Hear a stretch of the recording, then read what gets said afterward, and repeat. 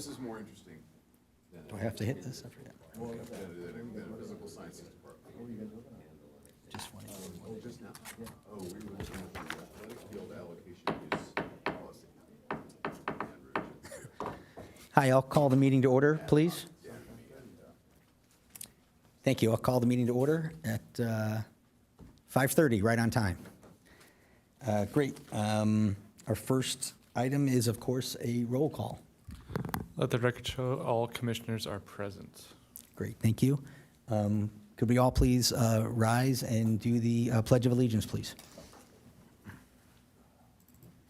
I pledge allegiance to the flag of the United States of America and to the republic for which it stands, one nation, under God, indivisible, with liberty and justice for all.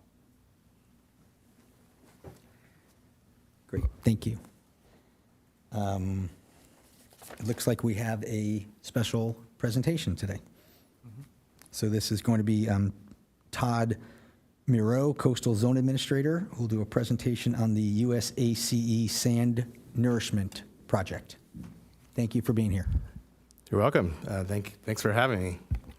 My name is Todd Miro. I'm the city's Coastal Zone Administrator. And basically just wanted to give an update. Let's see. Perfect. Go ahead. I'll use the keypad. Sorry about that. On the Army Corps Storm Damage Reduction Project, basically the project's now called the San Diego County, California Project. And basically we're partnered with Army Corps and the city of Solana Beach. And the project scope, or the fill reach, includes a protective beach berm along two segments. And basically the Encinitas segment stretches from Swamis, or just north of Swamis, all the way to just south of Beacons. So you can kind of see the cursor. So Swamis would be essentially around this section here. This is Moonlight, and then this would be Beacons just past kind of this bluff curve here. So Beacons just further up. Essentially the width will be 50 feet of usable towel space, so to speak, and it tapers off on the north and south ends. So segment one that you're basically looking at is 7,800 linear feet, or a mile and a half essentially. And the fill quantity would be about 340,000 cubic yards of sediment. And the staging areas indicated will be staged here at Moonlight for the front loading equipment, whatnot, and the anticipated construction time at this point is about 27 days to physically construct the entire berm. The second segment, which is outside the city scope, is it's Solana Beach, shown here. It's basically, they're gonna build a 150-foot wide berm, and that's just from basically tabletops all the way to their end of the limits here, essentially at Del Mar. And that's about 700,000 cubic yards of sediment.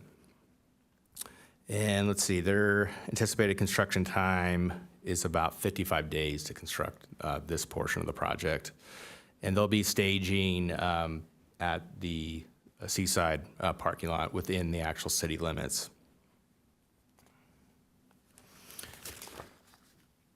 So that's kind of the general project, but I guess wanted to give you a little bit of background. I'm not sure kind of if you understand the history of this, but basically this kind of project and scope started back in the mid 1990s. And then in the early 2000s, basically both cities essentially had were looking for federal interest in the area for coastal erosion, bluff erosion, and trying to establish a sense of urgency and starting to look at funding sources potentially for the project.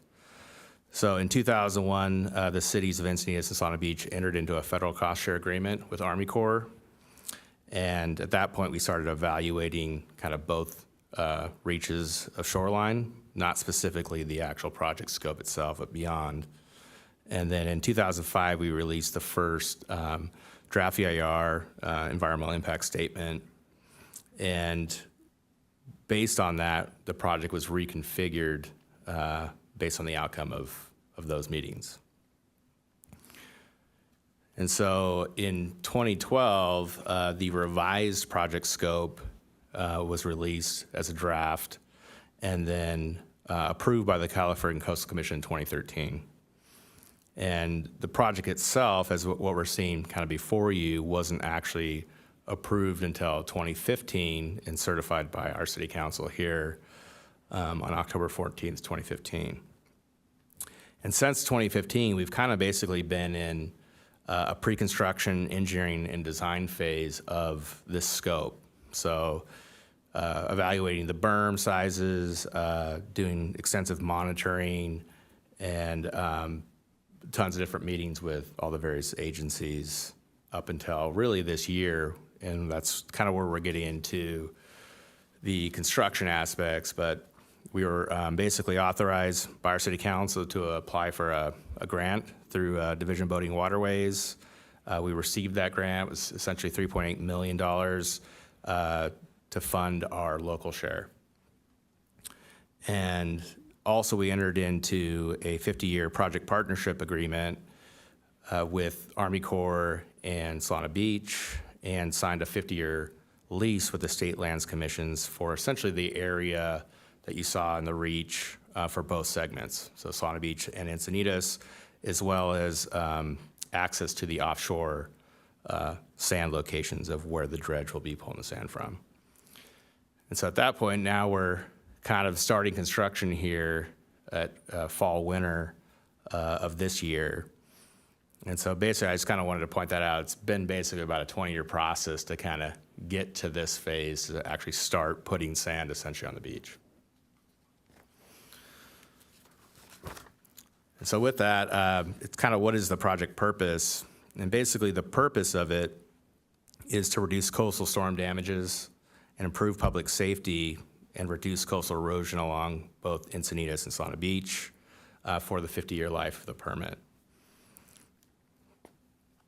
And once again, so you can kind of see what the Encinitas Reach is. It's a 50-foot wide berm, basically abutting the bluff, and the fill section will be ranging from about 10 to 15 feet of fill. So I mean, it's literally going to be building the beach up extensively, and it's renourished every 5 years. We have 9 more events within our cycle of the 50 years. So our initial volume is 340,000 cubic yards, and then the renourished volume is 220,000 cubic yards every 5 years. So we've done pre-monitoring, and then we'll be monitoring it basically the entire time. And then same thing, Solana Beach, it's a 150-foot wide berm, 7,200 along shore, and then they renourish every 10 years. So they're our partner this year, but then they won't be until the next 10-year cycle. So they'll miss one cycle. And so their initial volume is 700,000, and then their renourished volume is 290,000. So this gets into kind of the offshore borrow sites. These specific locations referred to SO5 and SO6 are specifically kind of under contract with this long-term lease. Basically, SO6, as you see there, is kind of in front of the San Alejo Lagoon. It's approximately about 4,500 feet offshore. And SO5 is essentially in front of the Del Mar racetrack, and that one's also about 4,500 feet offshore. And so it's basically, the dredge is in the area of beyond the depth of the closure, so it's outside of the essential sand cycle. And these basically are kind of locked in with that 50-year lease with the State Lands Commission. So both cities have access to these offshore sites. And it's anticipated that these two locations can yield, I guess, over time, it's about 8 million cubic yards of sediment, so for both projects over the life. So they basically should have enough to yield building the berms over the 9 and 5 cycles for each city over the 50 years. So as I indicated, we're doing the pre-construction engineering design phase. That ended, basically it's still kind of going, but ending essentially towards December here. But basically, that's 1 year of pre-construction monitoring, includes shoreline monitoring, biological monitoring, and surf site monitoring. And so as we get into shoreline monitoring, we were looking at specifically 21 different transects along our project site, and basically establishing beach profiles for pre-project comparisons. And then lagoon entrance monitoring at Bataquitos, San Alejo, San Dieguito, and Los Panaquitos lagoons. And another kind of aspect of how we're monitoring is we have the CoSnap program. I think I have here we go, got a sign here, but we've installed these at D Street and at Stone Steps, but essentially it's kind of this this sign that kind of gives directions and as far as for the user, but basically through a QR code in that cradle you see on the right, we can get a consistent photo base of the shoreline. And you can kind of see, so here's the Stone Steps installation up on the landing. So we get essentially that same shot over and over again, looking north and south to see how the sand's changing through the months on the various sand cycles, as well as kind of pre-project condition. So you can kind of see, these ones were Stone Steps that were recently installed after kind of the repairs. So I think they've been up for a couple weeks. We're kind of sharing it right now with the lifeguards, so we're not getting as many photos. But D Street, you can see this one, we probably get, I don't know, a handful of photos a week. So it's kind of a neat interface with the public. The public can access those cradles. It's really easy. You take a photo, use the QR code, you upload it to the website, and it gets emailed right to our system. So we basically are building an archive to kind of see the changes in our coastline through time. And then as this project comes in, the Army Corps project, we can really evaluate the differences to see how the sand's moving visually fairly easily. Todd, can I ask you a question, or would you rather wait till the end? It's up to you. Go ahead. Oh, I mean, I love this QR code thing, and it's marvelous. I wonder, though, since the pictures are snapped at any tide, high or low, how do you deal with the fact that some of the time the beach is covered with water and other times the tide's out? I mean, there's a whole, you use points of reference, but essentially it's the range, right? But you can see visually the changes. I mean, here clearly, like in the south photo, you can see where the sand's receded from the cobble line. I mean, it's pretty almost straight across there. Whereas maybe at Stone Steps, you don't see it, but you can see it up against the toe of the bluff there in the south image. So it is a record, but yeah, we can run models to basically pinpoint specific locations and see based on tide to see what's happening at the king tides versus, very low tides to see what's happening with the volume of sediment on the beach. But it's an easy tool. It's a free photograph essentially coming into the city, and it's an archive that we're building. Yeah, so it's a pretty neat tool altogether. The additional monitoring, so we are doing rocky reef, subpertidal, intertidal, and shallow subtidal habitat mapping, and then rocky intertidal monitoring as well, dealing with the heavily sand influenced areas. And then subtidal rocky reef, so the inner reef sections, as well as surf grass monitoring, and then surf site monitoring. So we have specific surf site, monitoring at, Ponto, Moonlight, Swami's, and then Tide Park, Fletcher Cove, and Del Mar Shores. Looking at the cameras that are basically observing it twice a day, essentially kind of logging it kind of post-project after the project's installed. And so to the construction timetable, I think that's what a lot of people want to know, but essentially the West Coast Hopper Dredge contract that we went out for with Army Corps was awarded this year in June. The boat itself is coming out of Oregon, kind of Washington state area, and it's got a handful of jobs on the contract. So there's probably 10 jobs on it, 3 of which are sand nourishment projects. So San Clemente, Encinitas and Solana Beach are the sand nourishment projects that are on that contract. And so the timing is kind of unknown because it's as it's doing work. So, I mean, it's got harbor work, it's got river, inlet, outlet work, and then it has these sand nourishment projects in Southern California. So it's going to take it a while, obviously, to get down here. San Clemente isn't 100% approved. They're going to the State Lands Commission this week. So if they get their deal done, supposedly they're going to go first. So they're supposed to start October, kind of November, and their job's about 27 days. It's a similar job. I think it's 220,000 cubic yards, kind of in the middle of the town near the pier. And once they build that, then they have to demobilize the dredge and then bring it down this way. And supposedly Solana Beach is going second. And so Solana Beach is about like a 55-day construction time frame. And we won't have to demobilize that one because we're using the same sand source. So there'll be a less time as far as switching, but we'll be last, and likely probably February or March would probably be the earliest we start. But like I said, it depends on the order of operations. I mean, once the dredge gets down here, if somehow something happens to San Clemente, then we may go first or Solana Beach may start. So that's kind of, I think, the project as a whole. I mean, I don't know if you have questions specifically or comments. I'm here for any questions or comments. How did we end up last? That's what I said. Yeah, I think it's just how, I think because Solana Beach's job is 55 days, I think they wanted to start that one. But like I said, nothing's solidified until it's physically in front of us.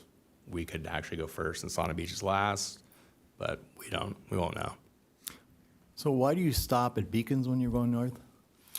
That was the limits that kind of got decided. I mean, it's all in theory been studied, but it tapers down to Beacons. I think it's based on kind of volume and ultimately what the Coastal Commission approved. So the original EIR considered a 150-foot wide beach in Encinitas and like a 330-foot wide beach in Solana Beach. And so those got significantly reduced based on the application. So we ended up with a 50-foot wide approval, and Solana Beach ended up with a 150-foot wide approval. So What were the factors that went into those different widths? it's a lot of it's the monitoring aspects. So the various reef components, surf grass monitoring, all that kind of stuff. So it's interesting. You could look at the San Clemente one, but they had the same condition because one of their reefs, it's T Street. I don't know if you're familiar with that break, but same thing. They had a wider beach proposal, but it would basically fill in the gaps in that reef to where the reef wouldn't work. So they reduced it to about a 50-foot wide width. Okay. So a lot of it is those mechanics.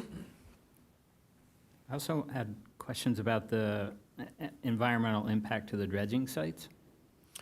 So yeah, that's all monitored. So it's all part of the process. Those offshore sites were used in the Sandag Regional project that we did back in 2012.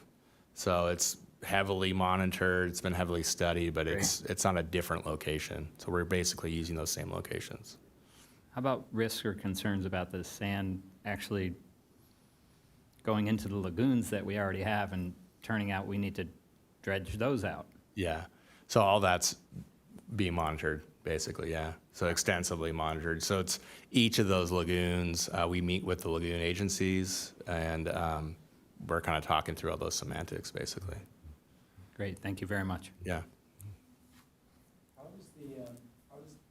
How does the 10 or 15-foot fill impact coastal access points, the staircases and so forth that come down to those beaches?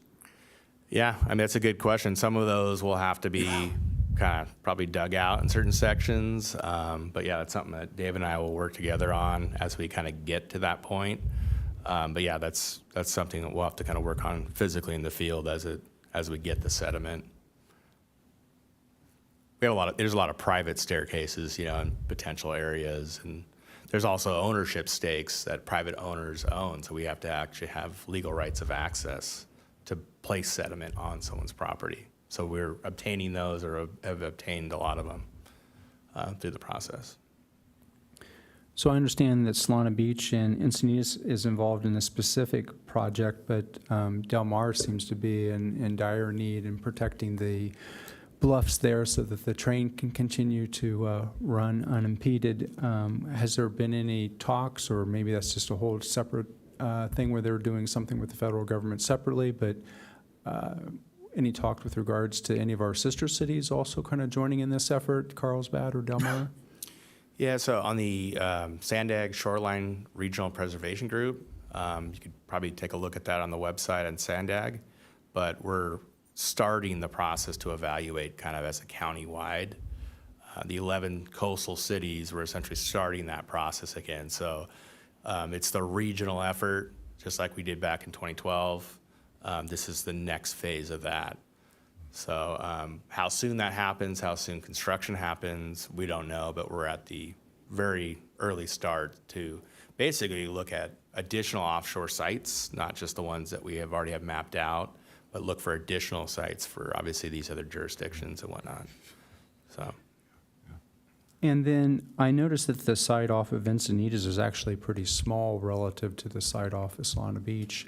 How does that sand from Solana Beach get all the way up to Moonlight and up towards Beacons?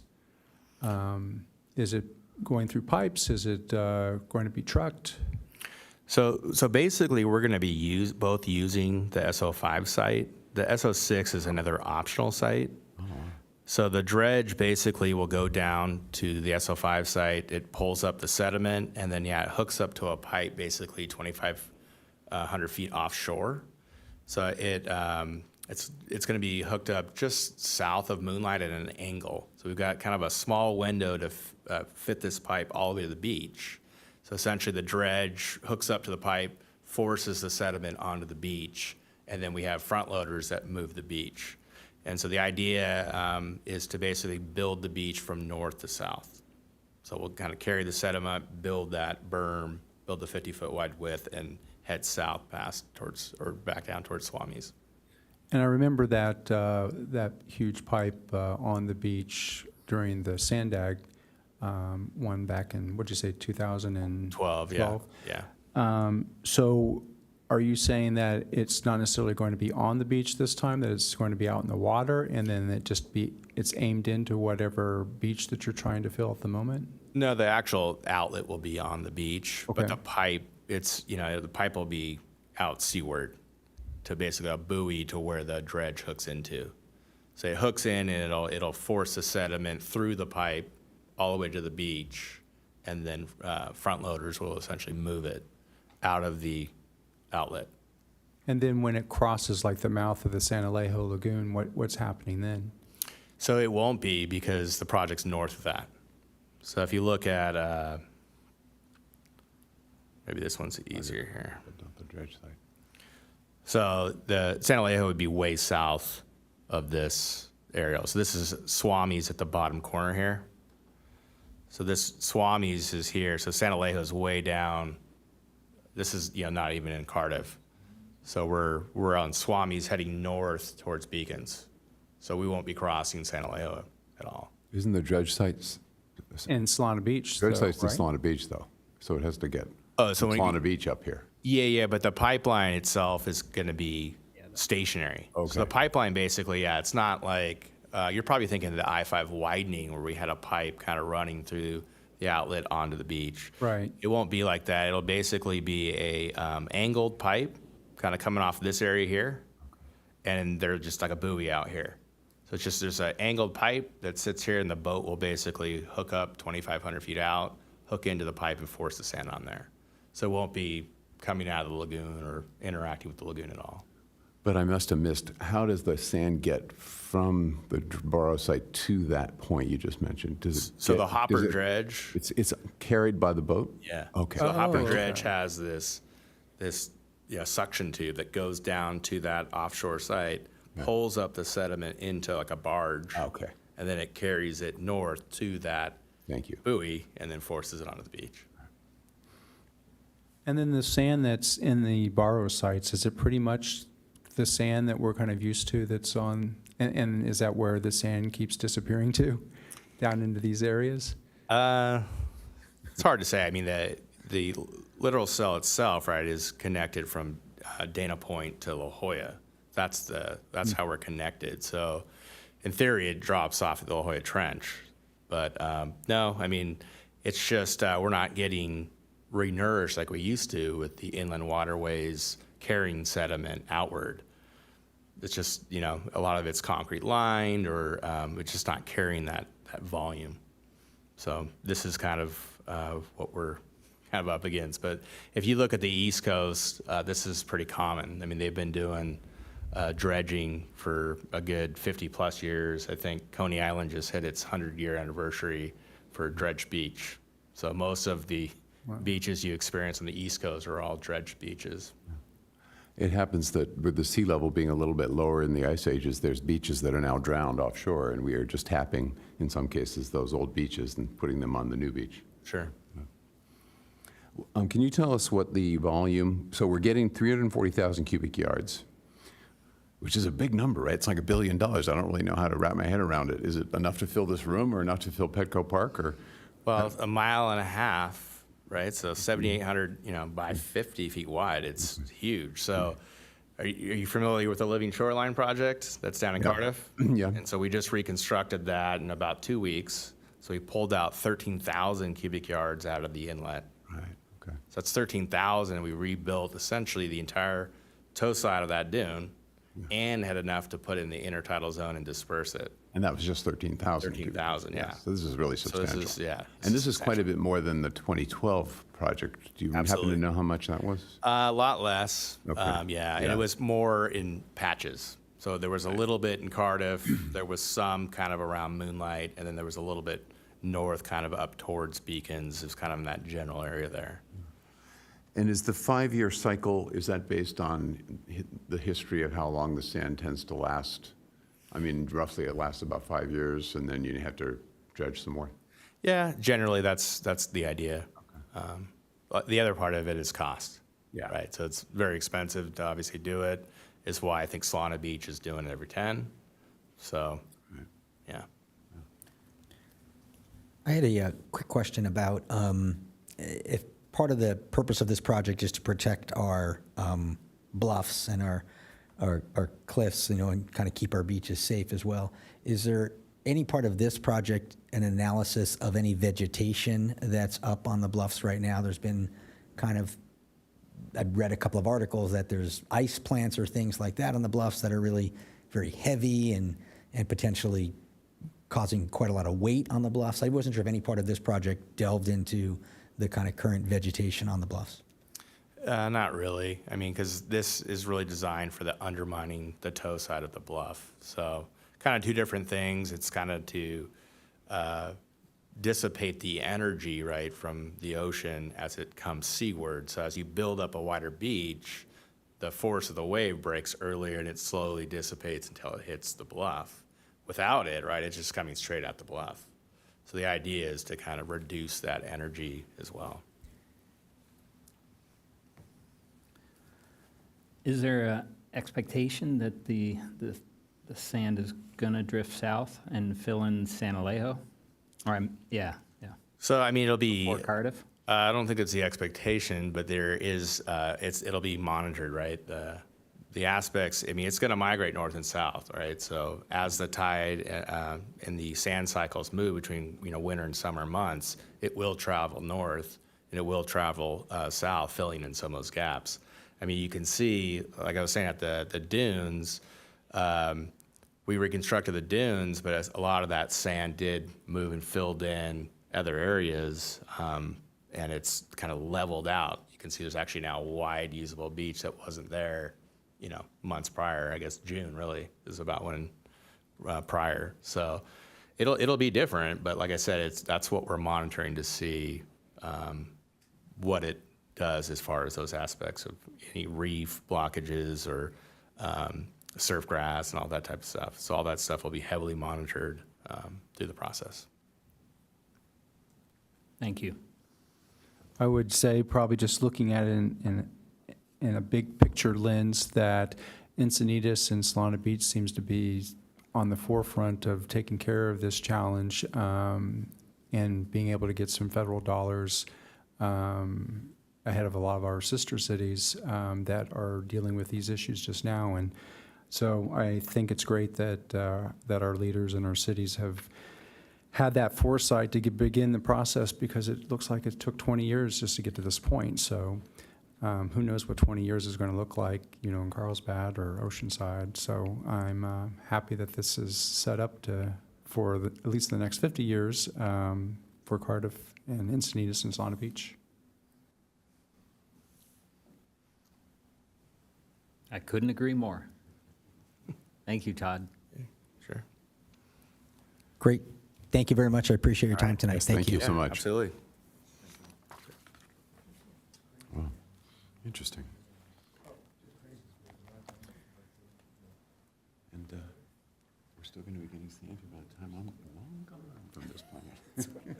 It's fine. Okay. I don't think we have any oral communications today. Nope. And I don't see any changes to the agenda. Okay. Our first action item tonight would be the approval of the minutes from the June 20th, 2023 regular meeting minutes. Hopefully everyone had a chance to review that. Any comments on those minutes, or is there a motion to approve those minutes? Motion to approve.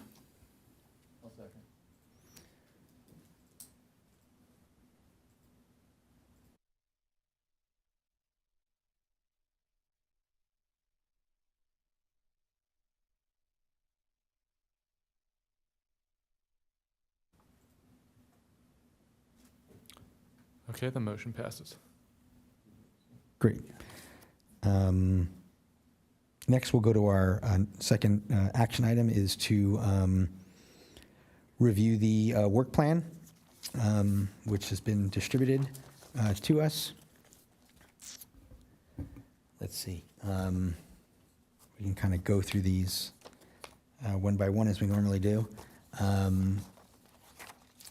So would any members of the ad hoc in action item number 1, Commissioner O'Halloran or Ritter, have any additional comments? Of course, there was a tour just a few days ago on August 10th.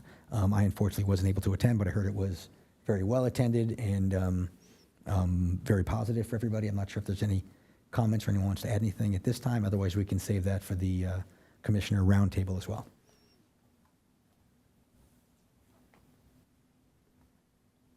I think we can save. Yeah, I don't have anything to add. I think we'll just talk about it in the roundtable. Great. I would maybe just mention that we do want to start thinking about, and the ad hoc group is going to start working on coming up with some dates for the park side of it. So we're going to be looking in September and October, if I remember correctly, for some suggestions on that. Yes, so I had actually suggested, and we can do this offline as well, but I had suggested perhaps prior to our September meeting, but we'll have to kind of check our schedules and see if that's on the day of the Parks and Rec meeting, but perhaps earlier that day. I'm not sure if it fits everybody's schedule. It works for staff. Okay. We're flexible that day, so the commission has some time constraints, but that day works well for us. Okay, so perhaps our ad hoc can communicate about that. Or the other option is we could just look at our schedules real quick, or to get some feedback from the entire commission, since we're all here now. If the 12th, which would be the same date that we would have the September meeting, would that be something that the commission would like to do? Just kind of do both the park tour as well as our commission meeting on the same day? Well, hold on. First of all, it's the 19th, not the 12th, I think, of September. Okay. And then is this tour for the entire commission, or is it just for the ad hoc? This would be for the full commission. Oh, for the full commission, okay. Okay, I apologize. I thought it was just for the ad hoc. So Manager Norgard, do you suggest we try to see if that's something we can schedule now while we're all in attendance? Yeah, I think that'd be great. Okay, so the proposal would be that there's a tour similar to the tour that we had done on the 10th. There was an email about it, sort of talking about different activities that we'd be educated about that day, and I was suggesting that we could potentially do that on Tuesday, September 19th. Approximately how much time do you suggest for that tour? I think we'll really need 2 hours, and just for the benefit of the greater good, one of the ideas that we floated this year was to actually tour the living shoreline and see that project, especially since the presentation that we had tonight. And then after looking at the living shoreline in Cardiff, we could regroup at Moonlight Beach and look north and south from there. It doesn't have to be a huge hike from there, but you can see D Street and Boneyards and up to Stone Steps. And so it'd be a good before and after for the USACE project as well. And the idea is that these are two different ways that we are managing our beaches in town. The Living Shoreline is a CIP project. It's actually one of the first projects in the state that happened like that, and a pilot project.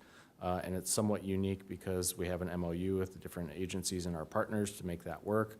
And then you compare and contrast that with the USACE project, which, as Todd mentioned, is going to be an amazing 50-year project. So just a different idea to get out and see different ways that we manage our beaches. I think it might be a great opportunity for the new commissioners to also get a little understanding of the work that's been done there at Beacons. And I think that would be very educational if we could tie that in. Yeah, I Sounds think the good. agenda sounds really good. Unfortunately, I would not be able to attend during that day. But Okay. that shouldn't stop the rest of the commission from attending, if it works for everyone else. Okay, I would be available. Is anybody else, everyone else seems to be available that day? Yes. Yes. Yeah. Could we do it sort of back to back with the meeting, like 3 to 5? Is that too, do people want to break, like go home or whatever? What would you suggest there? Manager? That works for staff. Okay. Okay, so should we tentatively schedule that for 3 o'clock on On the 19th. the 19th? And maybe not tentatively schedule, but schedule. Yeah, and I'll send something out, and Okay. then we'll schedule that as a special meeting, and so we'll work through that to agendize it. Understood. Okay, great. Thank you, everyone. Thank you, Commissioner Ritter, for suggesting we tackle that bit of business right now.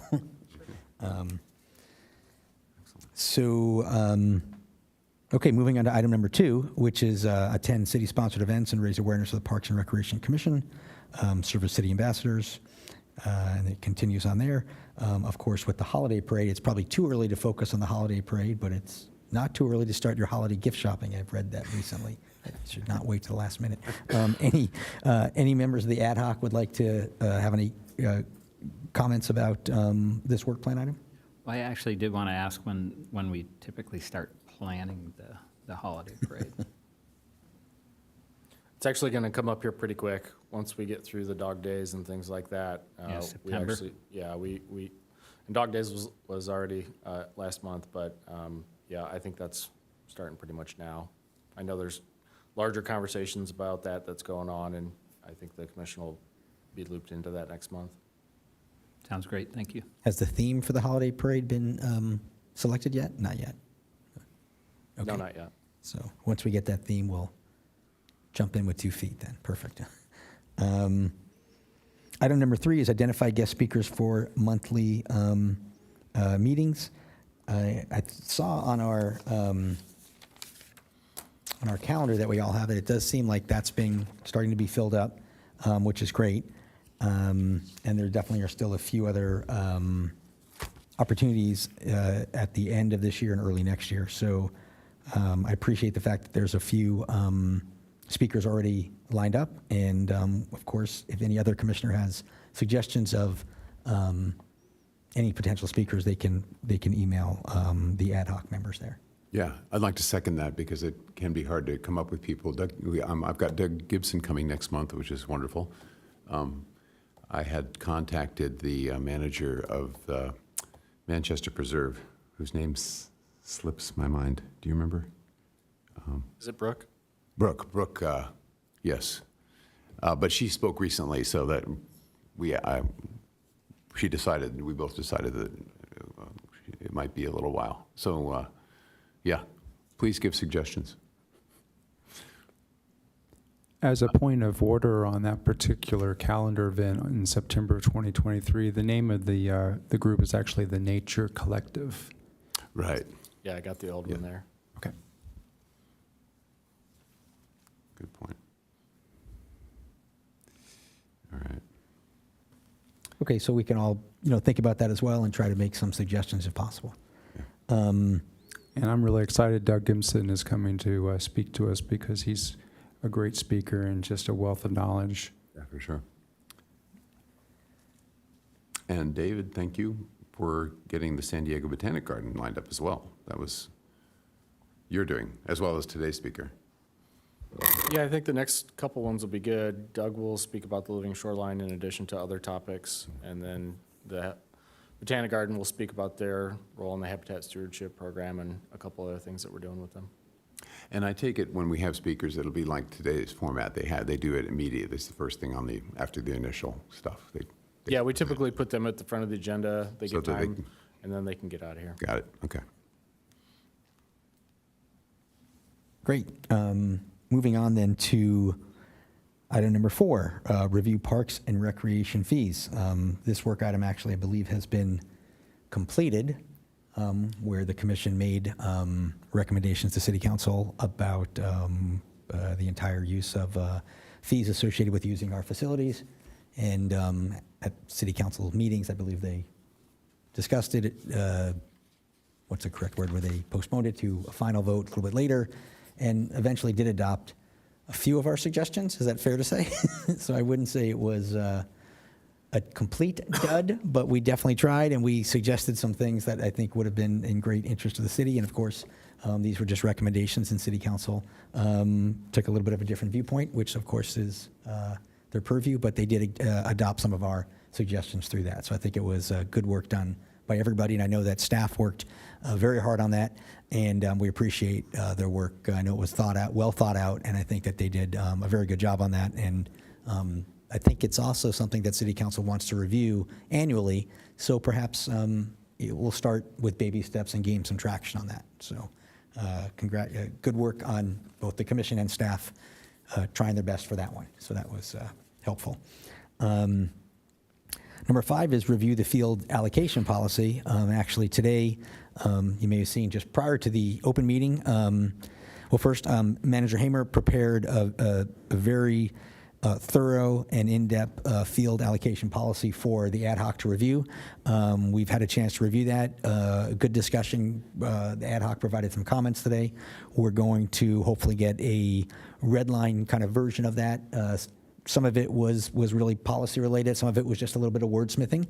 And we're going to try to get a next draft of that in the next few days so that at our September meeting, we can, as a commission, adopt that.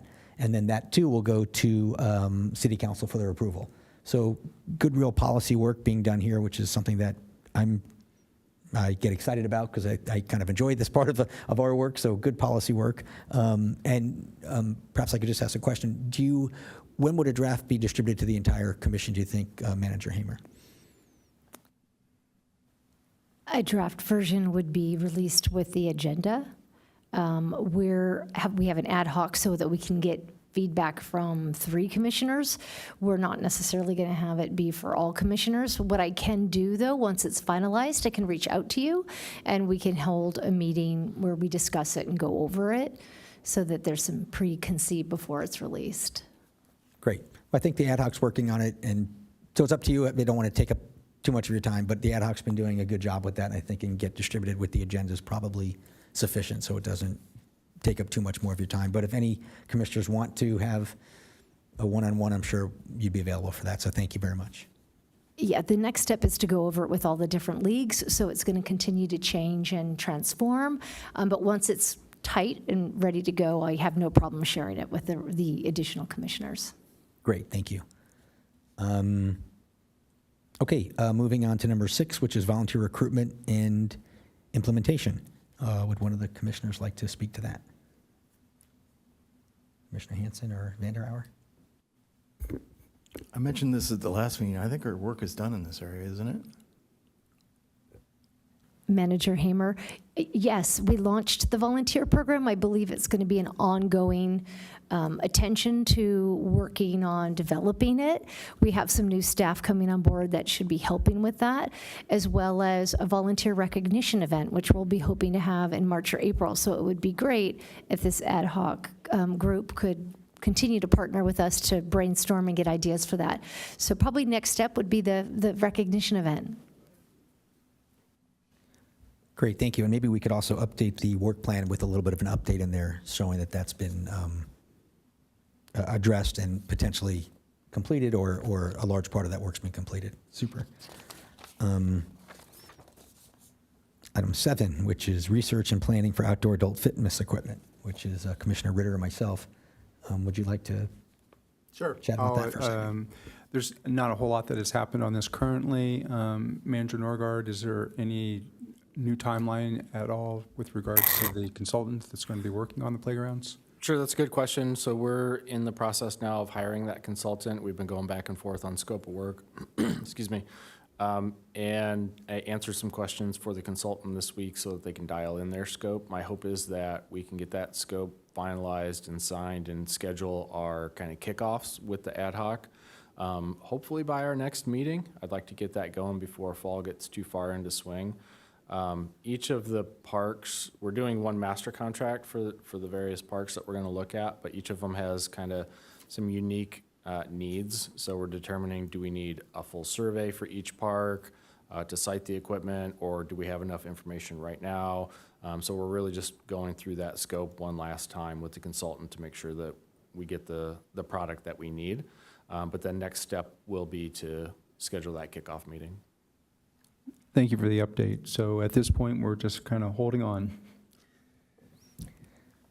Okay, we're doing good work then. Great.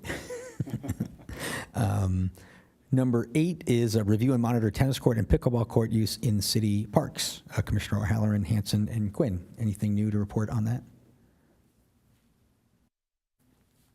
I have nothing new, just a question regarding our park monitors, if they have any additional feedback, or whether the city has received additional feedback from our residents. Manager Hamer here. We do have a field ambassador program, and we have been having them monitor the Cottonwood courts, and we have found primarily pickleball use is predominant. They're not monitoring all the courts, so if you had any special requests, you can let me know. But at this point, it is primarily pickleball users, and they do a report, so I could also share copies of that if you'd like. Okay. I think we had asked about Moonlight and whether or not that was getting any usage. Yeah, and I can add that from staff side, we have been speaking with the public a fair bit recently. We've been doing projects out in the parks and speaking with both tennis and pickleball players, and we've seen that it's working pretty good right now. So some of the conflicts that we had seen in the past seem to have kind of worked themselves out. I think some of that is we were seeing some unauthorized commercial use that was putting pressure on those facilities, and we're not seeing that as much right now. We recently had a project to repair a French drain at the Moonlight parcel next to that tennis court, and we had staff out there quite a bit, and the pickleballers and tennis folks were all super happy to see that because we were getting water on the court, but also just kind of anecdotally mentioning that things are going pretty well out there. And in the beginning of summer, when school was letting out, there was a group of school kids that had started using the pickleball courts on a weekly basis. And so from a staff's perspective, it was cool to see multi-generational use out there. And from speaking to those students, they had been coming out for a couple months, and so I actually expect to see them coming back now that school's coming back in. So just big picture-wise, the court sharing seems to be going well right now. Haven't had many complaints on that, so I'm happy to report that those things seem to be going well right now. I actually got a little resident feedback just on the pickleball side. So the first, of course, for some folks, first we had to kind of ascertain the correct use between tennis and pickleball, and that, thank you, a little bit of conflicts, but seems to be going well. But I've actually gotten a little bit of feedback from just the pickleball players, and it relates to some of our signage there and sort of how long people can use the courts and how you rotate in. Pickleball is somewhat of a communal sport where even if you don't go with a group of people, you can kind of find a game. And I did have some thoughts and suggestions that I would respectfully share with you a little bit later, just about how long people can stay on a court. I think people were maybe staying for the full hour, and if there were people waiting, I think the culture of the sport is we kind of let people rotate in a little bit quicker. So maybe that's something that you and I can just share, and I think it's a pretty simple adjustment to the signage if staff agrees. So, Sure, that'd be great. Let's chat about that. great, thank you. I had another question. Regarding the Moonlight Court, I know that there was going to be some repairs done on that court. Has any decision been made with regards to how it's going to be lined, whether it's just going to be for tennis or whether it be pickleball lines on it as well? Right now, we're moving forward with having that restriped in September, as it is right now. That has both lines right now, doesn't it? Moonlight has. Yeah, it's dual Yeah. striped. Yeah. And as part of this work item, it talks about the feasibility study underway for the sport court. Any update on that part of this work plan item? I have a meeting with the consultant to begin looking at their timeline and starting to figure out when we're going to get their drafts next week. So I'll have some updates at our next meeting. Great, thank you. Okay, I think we can move on to number 9, which is the pop-up parks at city events. Have we had an opportunity to deploy that, or would you like to chat about that? I don't really have anything new on this particular work plan item. We've obviously had great success with it at Cyclovia. I still haven't really identified any other city event where we would have hard pavement that we could set up a temporary pickleball court. But it is my intention to kind of touch base with Nick Buck and just pick his brain a little bit, or maybe with Manager Norgard as well.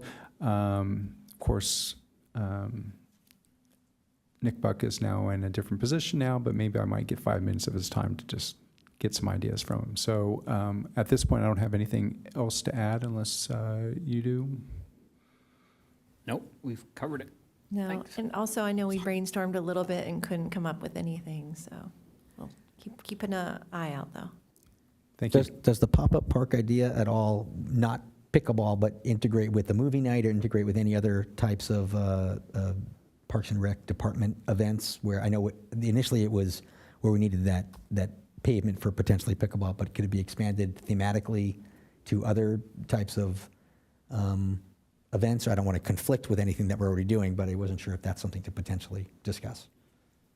Well, I would say that it's not like we have to restrict it just to pickleball. We did find that the public certainly enjoyed the cornhole that we brought out. So for instance, there's a movie night in Glen Park coming up in October. So for the adults and the children, because they do seem to like to play with the sandbags, that might be an opportunity for us to maybe just bring some pickleball courts out there. I'm sorry, some cornhole sets, and then include in the event. Thank you for the suggestion. You're welcome. Well, great. We'll move on then to item number 10, which is the Parks Master Plan with a specific focus on the Trails Master Plan.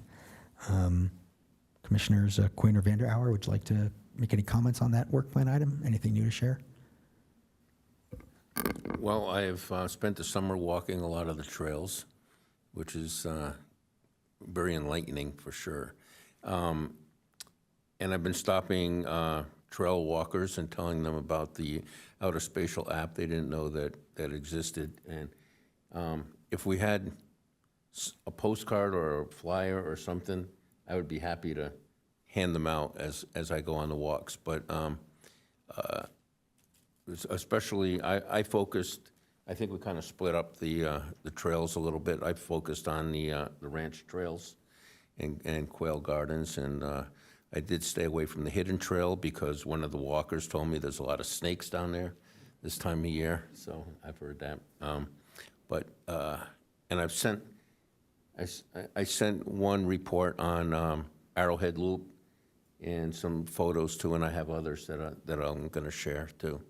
But Julie and I were discussing earlier, now that Nick Buck is not part of that, what do? We still go through you, Commissioner? Yeah, that's a great question. First of all, thank you for both of you commissioners for sending in content that we could potentially use for the Outer Spatial app.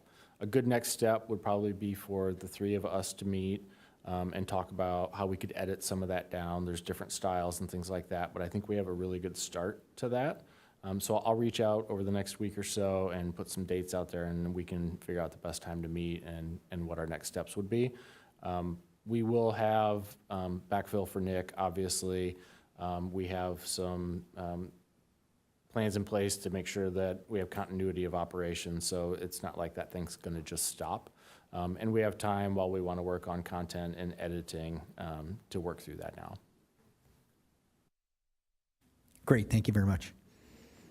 Item number 11, continue support of Friends of Encinitas Park as they continue to support the Parks and Rec Department. Commissioner Hanson, any new updates on your front there? The only thing to update would be, we had a board meeting last month and we approved Moonlight Beach for the location for our water fountain that we're buying. And other than that, we've kind of been looking for some grant money, but nothing much going on. I still love the idea for you guys of trying to create like a donation box. I've seen these in other cities, at other venues, where it's a huge glass box, and it's too big to lift, so it won't get stolen, and they're hard to break into. But I just feel, because we do get so many visitors and so many people using all of our facilities, that I'd love to see if there's a way to help support you trying to have something like that so that you could get some additional funding. I think it does add up over time, and of course we'd have to find and work with staff on an appropriate location, but maybe that's an idea we can kick around a little bit too, if you'd like to. But thank you for your work on that, appreciate it.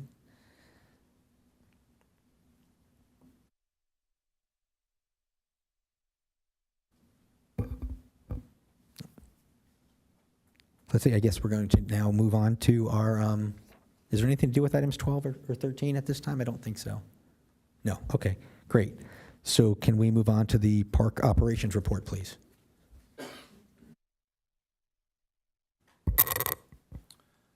This is Manager Norgard. Park operations report for this evening.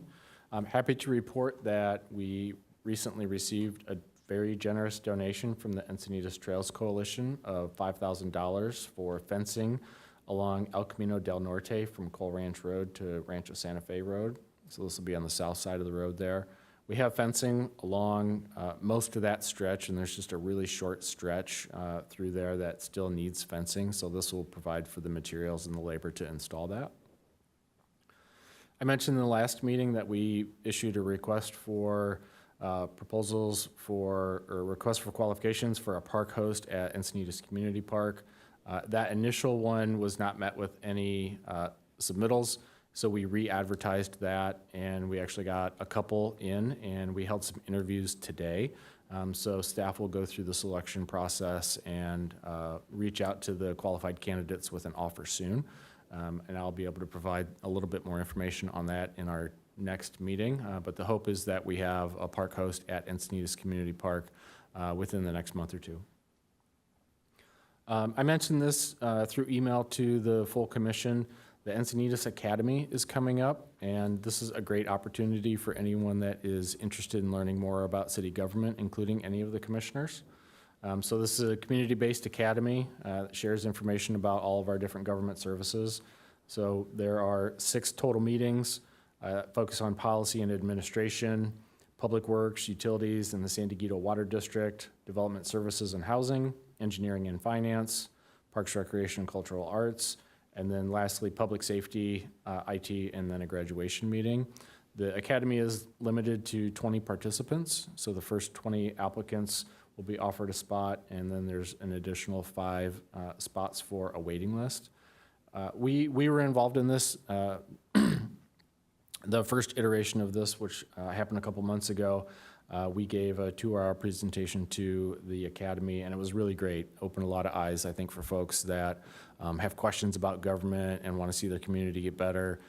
Better help them engage, better help and educate them, and help them figure out ways that they can make a difference in the community, and also just answer questions on why. Why are these things this way? Why is this done this way? And so it's a really cool program to show more about what's going on within government in general, competing priorities and things like that. So if anyone's interested, there's information on our website, or just feel free to reach out to me. And then lastly, Parks has recently updated the operational hours for most of the parks in our system. And so this covers all non-beach sites with the exception of the Encinitas Community Park. So all other park sites, we have changed the park hours with a couple exceptions here and there. So if you're familiar with Glen Park was already dawn to dusk, and most of the other parks are now mirroring that. And there are a couple special use cases that I'll go through here. So we have 3 parks with off-leash hours, and those parks' hours are written into the municipal code, and so those parks will keep their off-leash hours. So that's Viewpoint, Orpheus, and Sun Vista. So the days of the week where they have hours that go later than dusk, say in the winter, those will still be open. Oakcrest Park, we have some lighted amenities there for bocce and the horseshoe pits, and so those will stay open till 10 because those are lit facilities.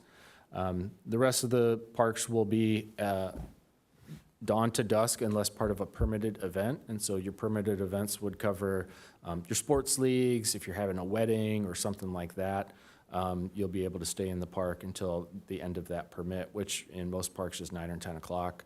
ECI goes till 11 for the sports events. Carver Sports Park is 9, similarly for Leo Mullen.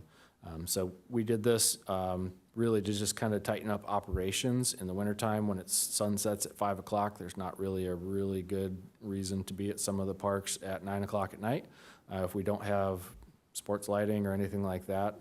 So we've worked closely with the sheriff to determine those times and enforcement and things like that. So we rolled that out just a little over a week ago, and so far so good.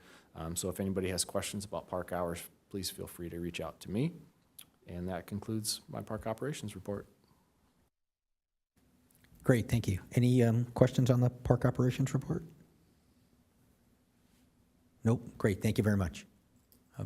We now have recreation service report. Thank you. Okay, well, in the recreation world, we had that great tour. Thank you, everyone who joined in. I really enjoyed the time and opportunity to share more of what we do. We had summer programs and activities were a great success this past summer. From summer camps to concerts, there were approximately 5,600 registrations, over $1 million in revenue, which also included junior lifeguards. And overall, we saw an increase in revenue for 2023 over last year, but more importantly, even since before COVID. So it's really been our first time being able to peak up and return back to normal. We still need to increase our numbers, and that's additionally in the adults 50 plus category. But we have a new staff member who starts on Monday, and we're hoping to really expand and grow that category. We also, on July 1st, a new mobility manager position was approved by City Council, and that was recruited and appointed to Nick Buck. I heard his name mentioned, so we congratulate him to being promoted to mobility manager. That started in July, and we're currently recruiting for his position, which is the special events and projects supervisor, and we're in the midst of that process right now. Perhaps when that person's appointed, I'll have them come to the meeting so you can get to to meet them firsthand. I know in talking about some of the projects he does is our fall guide. This came out over the weekend, hopefully to your home. On the back is the outer spatial trail map, the QR code to link into that, but also all the different programs, maps, all sorts of information. So if you have neighbors or people you talk to, you can emphasize that our fall guide is an excellent resource beyond just having our programs. The registration for the fall guide opened yesterday. We had over 550 registrants on day one, so starting out strong. Another area I wanted to share with you is July was Parks and Recreation Month, the National Parks and Recreation Month. We did do a social media campaign and an Instagram takeover that had outreach and engagement with over 4,000 followers and non-followers, and over 350 likes on the different posts that we shared. So that was a lot of fun, and we're hoping to bring that back in 2024. Also, I wanted to share, as you heard, we are working on that athletic use and allocation policy for our fields. That will be hopefully presented at the next meeting.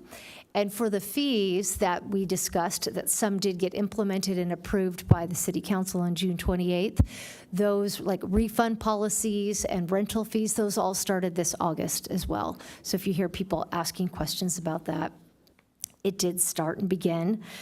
Upcoming events that we have is Wednesdays at noon. Those are concerts we have every Wednesday at the library in the community room. They're very popular. We just can't say enough. If you haven't been to one, please join us. We have the last Moonlight concert. That will be Sunday, August 20th. The bands will be Silent Comedy at 3 to 5, and the opening band is Donna Drive, which is a teen band from 1 to 2. I have seen them perform. They're super great. They play kind of classic rock. So if you have not been to a Moonlight concert, please make sure you make it to this last one.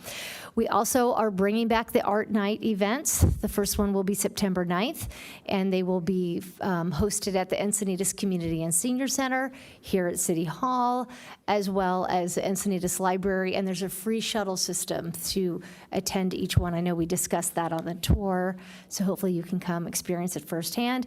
And right now we are in the midst of planning for the movie night. So I do like the idea of some different games and activities. I know as we were driving around, I thought since it's Scout House is right there, maybe a little spooky house, because the movie Addams Family 2 is going to be featured, and it's around Halloween. So we are open to ideas, and if you want to discuss something like that, I'm happy to join one of your ad hoc meetings you have. And that's the end of my report. Great. Thank you very much. Have questions at all on the report? I had a question with regards to how the structure works. With the mobility manager being a new position, how does that reporting work? So the mobility manager will still be part of our department, Parks, Recreation, and Cultural Arts. They will report directly to our director, and that's how it was in place before. That special events and projects supervisor also used to report to the director, but this new hire that we bring on board will report to me as a recreation manager. Thank you. So slight changes. Any other questions at all? Great, thank you very much for that report, appreciate it. Moving on, I don't think we have any commissioner member-initiated items? No, we do not. Any future agenda items added by commission members? Okay. Why don't we go to the commissioner roundtable? We can just go down the line if that's okay with you, Commissioner Vandauer. Anything else you'd like to share today? Definitely wanted to, as you all probably do, thank Manager Hamer for the tour. That was super informative and very fun. Also looking forward to Art Night as well. That's a good one. I did have one question, sorry for doing it in the roundtable, but it just came. One for David Norgard. What are the park hours that you were mentioning all on the websites and stuff like that? Yes, our website has been updated. Okay, Okay, that's all. Thanks. Great, thank you. Commissioner Quinn? I just simply want to add that the concerts at the library on Wednesdays at noon are fabulous. I don't know if anybody has had a chance to go or not, but musicians are top-notch. Yeah, and thank you for that. That's all I have. Yeah, that's awesome, thank you. I also wanted to say thanks to Manager Hamer for a fantastic park tour. I know I was a little late joining, but the parts that I attended were really, really good. One question on the park hours, is that also in the outer spatial app? Or are they not? I'll have to see how that crosses over. Okay, thank you. Great, thank you. Commissioner Meldau? I'll add my thanks as well for a wonderful tour. It was really informative and enjoyable as well. And thank you for lunch. And thank you as well for the wonderful video, the Parks and Recreation Month video. I don't know if everybody's had a chance to view that, but it was really well done and professional, and I thought really worth viewing. I guess that came out in July, or maybe it was June. So I attended Cardiff Dog Days of Summer, which was a great deal of fun. My wife and I are both fans of canines, and in fact, she volunteers at the Rancho Coastal Humane Society, and they had a booth there. So I got to tour around and with her, and so I spent much of the afternoon greeting both 2-footed and 4-footed individuals and promoting our mission here. And the dogs especially wanted me to thank the commission for all the work that they do. As I mentioned earlier, any suggestions for local speakers on topics of interest, please forward them. That would be nice to fill out our schedule. We still have, I think, four slots, 3 or 4 slots anyway, before the end of the year. I had an interesting thing, couple suggestions from citizens I ran into. I had a citizen ask about restrooms at Olympus Park. I guess there are no water and sewer facilities there, but I guess there's no porta potties either, and he felt that was a real drawback. Maybe he just didn't know where they were, or they just don't exist. I don't know. Be best just to forward those to me. Yeah, okay. And a curious thing came up when I was at the booth at Dog Days.